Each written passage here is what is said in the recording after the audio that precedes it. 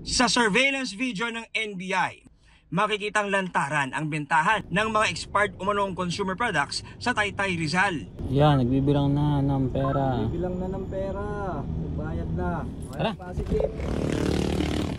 Sumalakay ang mga ahente ng NBI Laguna at NBI Rizal.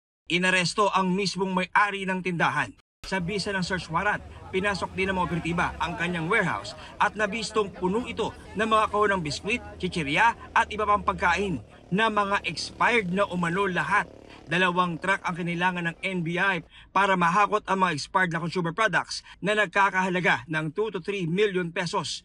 Ayon sa NBI, nagreklamo sa kanila ang isang kumpanya na ipinupusit daw ang kanilang mga produkto na dapat ay for disposal na. Ang mga produktong ito yung mga tinatawag na return to vendor. Pinulaut na ito sa mga malalaking grocery store dahil expired na or malapit na mag-expire. Buburahin nila yung expiration date at papalitan nila ng bagong expiration date. Ayon sa NBI, ibinebenta ang mga expired products na bagsak presyo sa maliliit na tindahan sa Cavite, Rizal at Laguna. Malaking epekto nito sa kalusugan ng mga consumer, lalo yung mga bata na mga hihilig kumain nito.